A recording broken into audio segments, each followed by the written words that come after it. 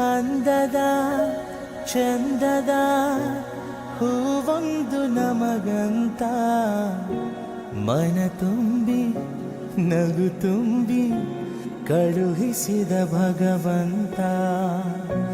ಹಸನಾಯ್ತು ಬದುಕು ನೀ ನಗುವ ಗಳಿಗೆ ಇನ್ನೇಳು ಜನುಮ ನೀ ನನ್ನ ಮಗಳೇ